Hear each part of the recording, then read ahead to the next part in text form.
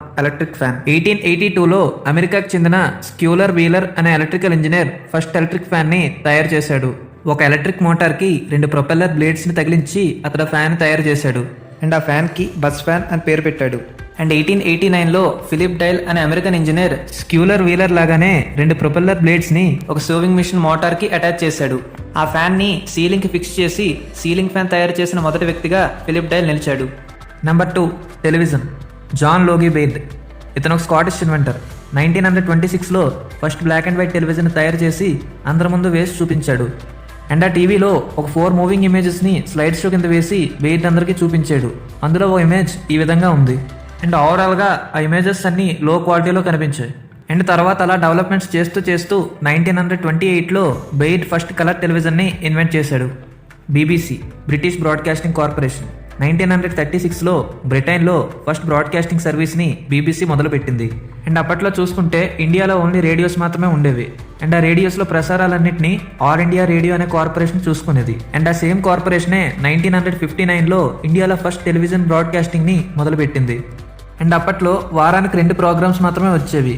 అవి కూడా educational programmes లేదా ఫార్మర్ వెల్ఫేర్ బేస్డ్ ప్రోగ్రామ్స్ వచ్చేవి. అండ్ ఆ ప్రోగ్రామ్ డ్యూరేషన్ కూడా ఓన్లీ 1 అవర్ ఉండేది. అండ్ అప్పట్లో చూసుకుంటే శాటిలైట్ కమ్యూనికేషన్స్ లాంటి టెక్నాలజీ లేదు. సిగ్నల్స్ అన్నవి కంపెనీ ఏర్పాటు చేసిన ట్రాన్స్మిటర్స్ ద్వారా వచ్చేది. ఆ సిగ్నల్స్ ని మన టీవీకి ఉన్న యాంటీనాస్ తీసుకునేవి. అందుకే పాతకాలంలో ఇళ్లపై టీవీ యాంటీనాస్ ఉండేవి. టీవీ సరిగ్గా రాకపోతే సిగ్నల్ కోసం ఆ యాంటీనాస్ను అటు ఇటు తిప్పేవారు.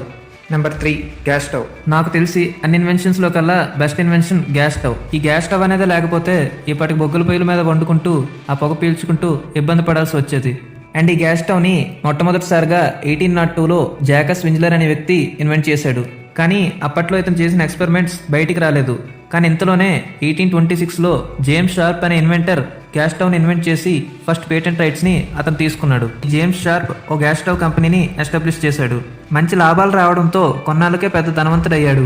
అండ్ ఇండియాలో చూసుకుంటే గ్యాస్ స్టవ్స్ అన్న అవైలబిలిటీలోకి వచ్చినప్పటికీ గ్యాస్ అన్నది ప్రతి చోట దొరకకపోవడంతో గ్యాస్ స్టవ్స్ ని పెద్దగా ఎవరు వాడలేదు. అండ్ 1970స్లో ఎల్పిజి గ్యాస్ సిలిండర్స్ని ప్రొడ్యూస్ చేయడం మొదలుపెట్టింది. అండ్ అప్పటి నుండి ఇండియాలో గ్యాస్ స్టవ్స్కి మార్కెట్ మొదలైంది. Number 4 tooth brush. 1780లో ఇంగ్లాండ్కి చెందిన ఒక బిజినెస్ ఎంటర్ప్రెన్యూర్ వ్యాపారవేత్త విలియం యాడ్డీస్ ఫస్ట్ టూత్ బ్రష్ని తయారు చేశాడు. కొన్ని గొడవల కారణంగా యాడ్డీస్ కొంతకాలం జైల్లో ఉండాల్సి వచ్చింది. అలా జైల్లో ఉన్నప్పుడు ఒకరోజు ఒకతను చీపుతో ఫ్లోర్ని తుడుస్తుండగా విలియం యాడ్డీస్ చూస్తాడు. అది చూసిన విలియంకి బ్రష్ తయారు చేయాలనే ఆలోచన వచ్చింది. ఆ రోజు రాత్రి విలియంకి డిన్నర్గా నాన్ వెజ్ పెట్టారు. ఆ నాన్ వెజ్ తినగా మిగిలిన బోన్ పీస్ని విలియం తీసుకొని దానికి కన్నాలు పెట్టాడు. ఆ కన్నాల్లో బ్రెజల్స్ని కూర్చి గ్లూతో అతికించాడు. అండ్ అది వర్కౌట్ అవడంతో జైలు నుండి బయటికి రాగానే విలియం ఓ బ్రష్ కంపెనీ పెట్టాడు. అండ్ ఆ కంపెనీ అన్నది లాభాల బాటలో నడవడంతో కొన్నాళ్ళకే విలియం గొప్ప ధనవంతుడయ్యాడు. విలియం పెట్టిన ఆ కంపెనీ ఇప్పటికీ యూకేలో విజ్డమ్ అనే పేరుతో సక్సెస్ఫుల్గా రన్ అవుతుంది.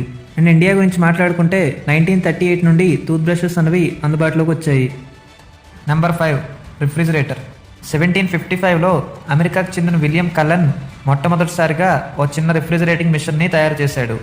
కానీ అది ఆశించిన స్థాయిలో పనిచేయలేదు. బట్ 1927లో క్రిస్టియన్ స్టీన్స్ట్రప్ డిజైన్ చేసిన మానిటర్ టాప్ రిఫ్రిజిరేటర్ మాత్రం మార్కెట్లో బాగా క్లిక్ అయింది. క్రిస్టియన్ స్టీన్స్ట్రప్ తయారు చేసిన రిఫ్రిజిరేటర్ ఈ విధంగా ఉండేది. 1958లో గోడ్రేజ్ అండ్ పాయిసీ అనే 2 కబోర్డ్ మేకర్స్ మొదటి రిఫ్రిజిరేటర్స్ మ్యానుఫ్యాక్చరింగ్ యూనిట్ని ఇండియాలో పెట్టారు. అండ్ అప్పటి నుంచి ఇండియాలో రిఫ్రిజిరేటర్స్ మ్యానుఫ్యాక్చరింగ్ అనేది మొదలైంది. Number 6 pressure cooker. ఈ ప్రెషర్ కుక్కర్ని 17th సెంచరీలో ఇన్వెంట్ చేశారు. ఫ్రాన్స్కి చెందిన డెన్నిస్ పపిన్ ఫస్ట్ ప్రెషర్ కుక్కర్ని ఇన్వెంట్ చేశాడు. 1950లో చూసుకుంటే 37% of the US population pressure కుక్కర్ని వాడటం మొదలుపెట్టారు. కానీ అదే 2011లో చూస్తే ఆ పర్సంటేజ్ అనేది కాస్త 20%కి పడిపోయింది. ప్రెషర్ ప్రాబ్లమ్స్తో కొన్ని చోట్ల కుక్కర్స్ అనేవి పేలిపోయేవి. ఆ భయంతో కుక్కర్స్ని వాడటం ప్రజలు బాగా తగ్గించేశారు. And electric cookers, ovens competition కూడా ప్రెషర్ కుక్కర్స్ వాడకాన్ని భారీగా తగ్గించాయి. అండ్ ఇండియాలో చూసుకుంటే ప్రెస్టీజ్ కంపెనీ సేఫెస్ట్ ప్రెషర్ కుక్కర్ని ఇండియన్ మార్కెట్లోకి తీసుకుని వచ్చింది. Number 7 motorcycle. అండ్ దీని ఇన్వెన్షన్ గురించి చూస్తే 1885లో Gottlieb Daimler and Wilhelm Maybach అనే 2 జర్మన్ ఇన్వెంటర్స్ పెట్రోల్తో నడిచే మొట్టమొదటి మోటార్ సైకిల్ని తయారు చేశారు. అండ్ ఆ మోటార్ సైకిల్కి డైమ్లర్ రీట్ వ్యాగన్ అని పేరు పెట్టారు.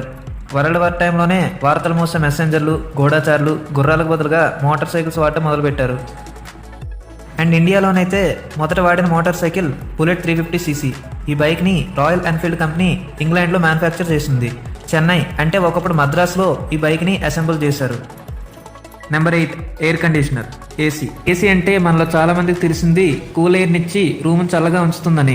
బట్ ఏసీ అన్నది ఓన్లీ కూల్ ఎయిర్ని ఇవ్వదు, ఎయిర్లోని డస్ట్ పార్టికల్స్ని రిమూవ్ చేసి ఎయిర్ని ప్యూరిఫై కూడా చేస్తుంది.